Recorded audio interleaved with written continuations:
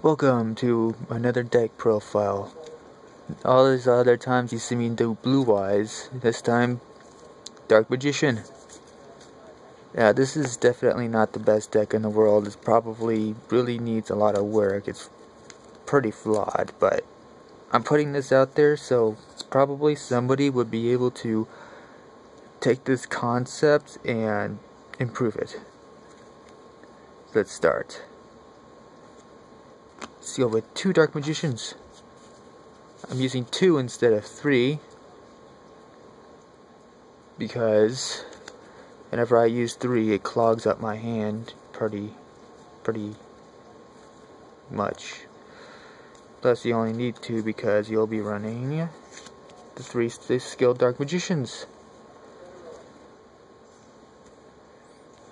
These will get you your Dark Magicians from the graveyard, deck, or your hand.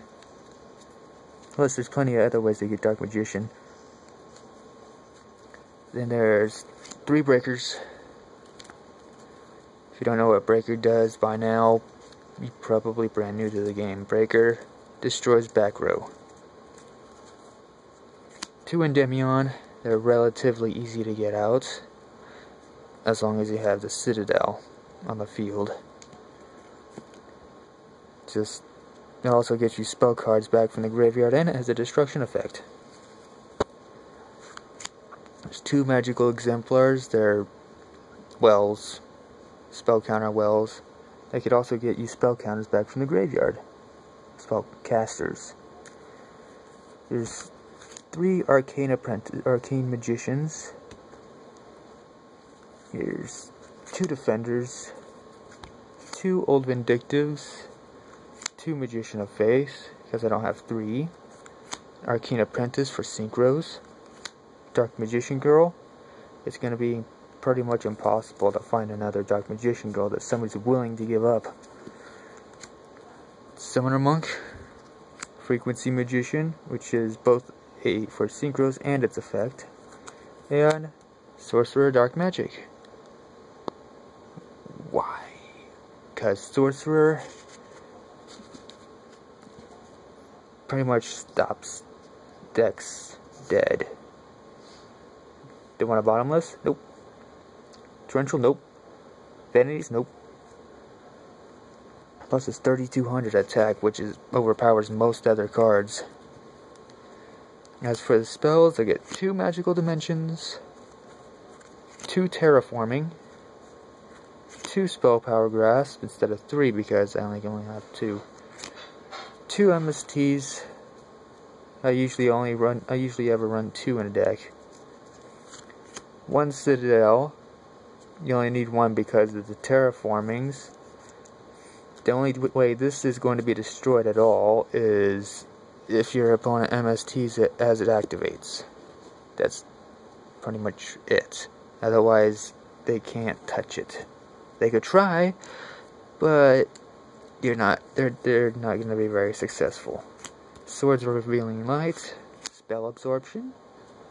Because this is a spell-heavy deck, and it doesn't seem like it, but you'll be recycling spells quite often, so get you 500 points for every time. I have another one somewhere, but I can't find it. Recycle. This is the card you want out on the field, especially if you've already used Spell Power Grasp. Because recycle, you pay 300 for every card you're going to return to the bottom of your deck. For every spell card you return to the bottom of your deck. So you use Spell Power Grasp. Like this. Recycle, you Spell Power Grasp, search another one in the graveyard. Next standby phase, pay 300. Send this to the back of the bottom of the deck. You use Spell Power Grasp. It goes to the graveyard. You search this thing out. Simple. Yet effective. What's that? Pretty sure I had another. Oh wait, here it is. Book of Moon.